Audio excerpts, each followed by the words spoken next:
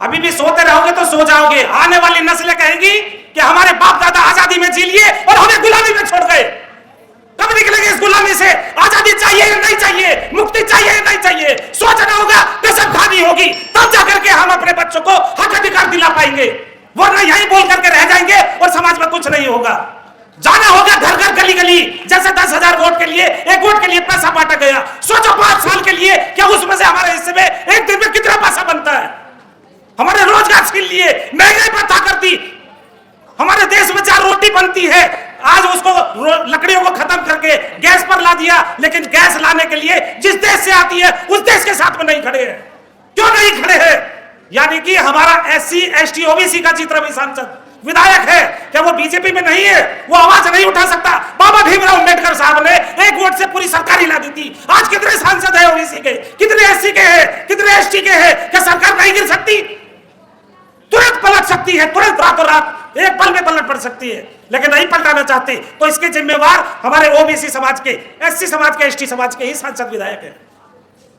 जब हमारी पूरी बहुमत से सरकारें रही, क्या मैं पूछना चाहता हूं, समाजवादी हो, बसपा हो या कोई भी, उनसे हमारी जाति आधारित जनगणना उन लोगों ने क्यों नहीं कराई आज तक? तो हमें सवाल करना होगा अपने सांसदों से, अपने विधायकों से, तब जाकर के हम अपना अधिकार मिलेगा। आने वाले कल के लिए एक लड़ाई और लड़िए कि हमें 2 वोट का अधिकार मिलना चाहिए। SC को, ST को हजारों सालों से हम दबे कुचले हैं। मुस्लिमों को जितनी संख्या है उसके अनुपात पे उनकी सीटों पर आरक्षण मिलना चाहिए कि वो भी सांसद विधायक में संख्या के अनुपात में पहुंच सके। आप लोगों ने मेरी बात को सुना, समझा और आगे मेरा साथ और सहयोग देंगे, आवाज उठाएंगे। एक आवाज अपने गली मोहल्ले से चलेगी और वो भाईचारे की कायम की होगी कि समता, समानता, न्याय, बंधुता और स्वतंत्रता पर आधारित हमें देश और समाज का निर्माण करना होगा।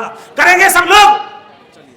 ओके। जय इंसान, जय विज्ञान, जय भारत, जय संविधान। आप हमेशा याद रखिए, India that is Bharat, not Hindustan. किसी की आवाज नहीं आनी चाहिए किसी माइक से। अफसोस की बात है, आज हमारा OBC समाज अपनी जातिगत जनगणना के लिए तरस रहा है।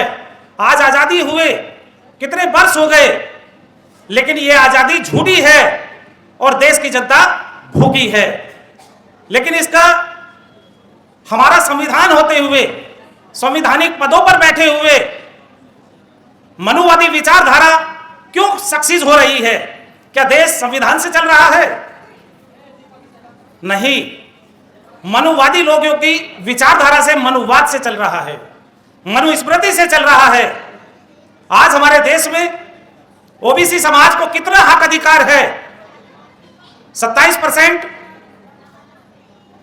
मिलना था, लेकिन 52% होते हुए 1931 की जनगणना के अनुसार पूरे भारत देश में यदि हम चर्चा करते हैं, चाहे वो किसी भी मजहब में हो, किसी भी विचारधारा में, किसी भी पंथ में, तो करीब 80% OBC समाज में आते हैं।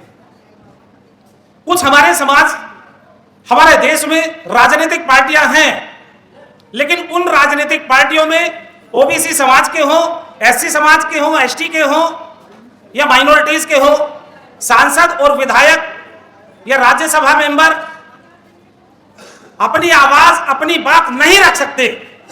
वो गुलाम होते हैं उस पार्टी के, जैसे वो कहेंगे या जिधर को पार्टी का आदेश होगा केवल वो बात रखते हैं। जनता ने चुना है, जनता की बातें नहीं होंगी। कुछ सांसद हैं, कुछ विधायक हैं जो इस बात को लेकर के चलते हैं, लेकिन जो मीडिया कर्मी उस बात को लेकर के आना चाहिए, जनता की बात जनता के द्वारा, सरकार की बात जनता के लिए, जनता की बात सरकार के द्वारा नहीं।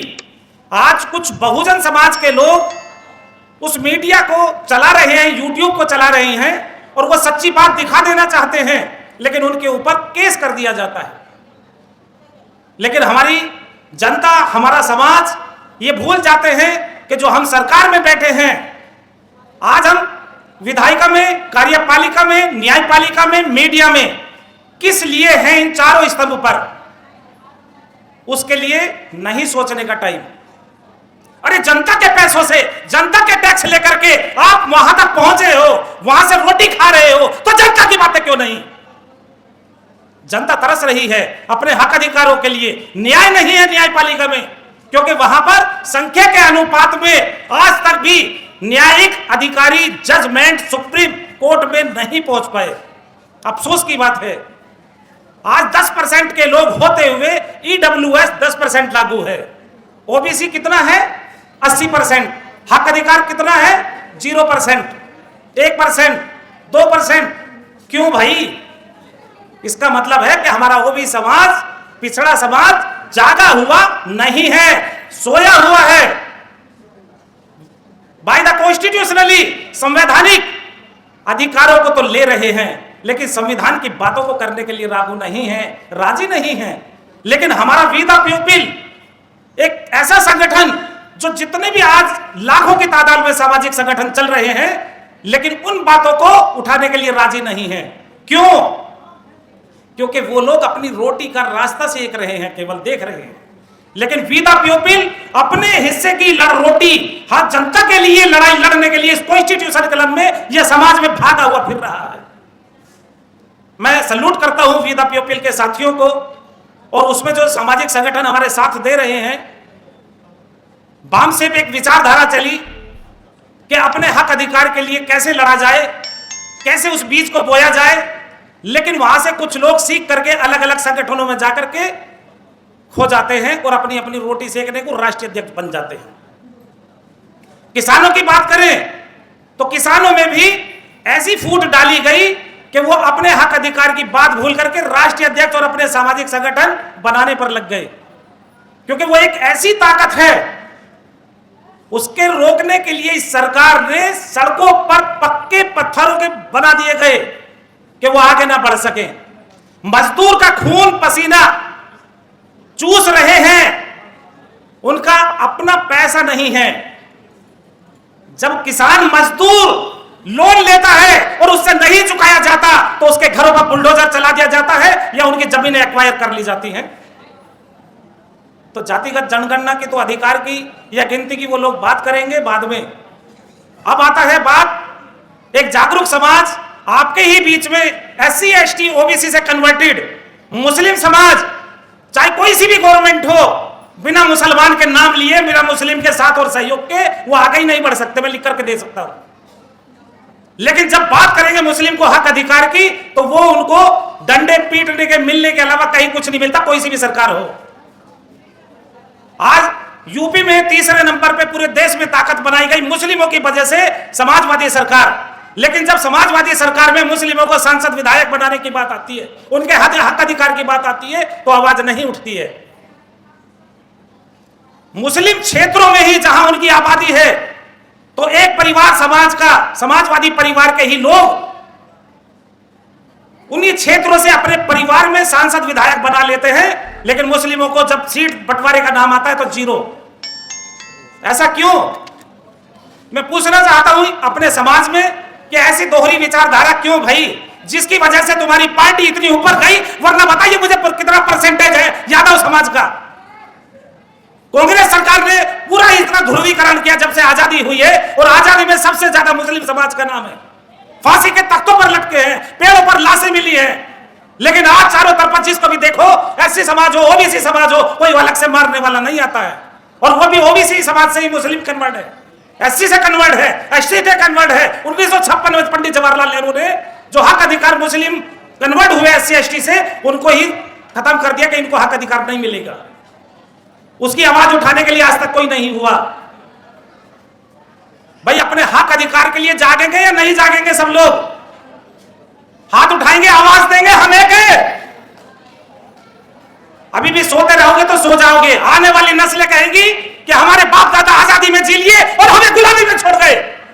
कब निकलेंगे इस गुलामी से? आजादी चाहिए या नहीं चाहिए? मुक्ति चाहिए या नहीं चाहिए? सोचना होगा, कसम खानी होगी, तब जाकर के हम अपने बच्चों को हक अधिकार दिला पाएंगे।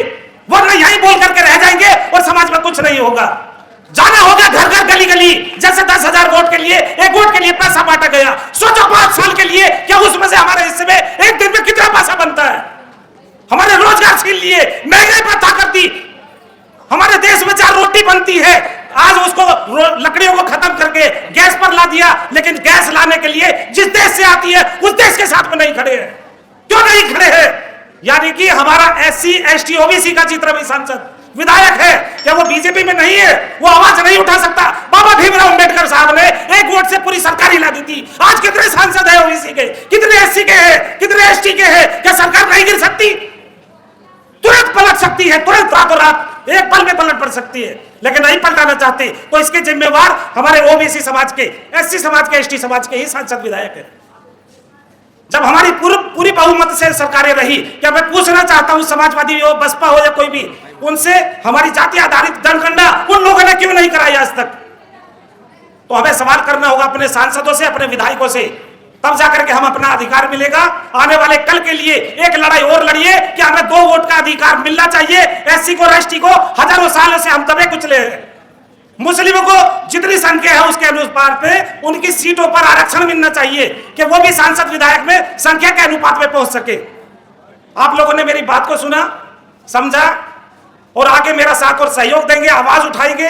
एक आवाज अपने गली मोहल्ले से चलेगी और वो भाईचारे की कायम की होगी कि समता, समानता, न्याय, बंधुता और स्वतंत्रता पर आधारित हमें देश और समाज का निर्माण करना होगा। करेंगे सब लोग? ओके। जय इंसान, जय विज्ञान, जय भारत, जय संविधान। आप हमेशा याद रखिए, India that is Bharat, not Hindustan. किसी की आवाज नहीं आनी चाहिए किसी माइक से कि हाँ हिंदुस्तान बोल रहा है, क्योंकि कॉन्स्टिट्यूशन से बच रहे हो, कॉन्स्टिट्यूशन की आप शपथ लेते हो, तो आप भारत का नाम लेंगे, इंडिया का नाम लेंगे। जय इंसान, जय विज्ञान।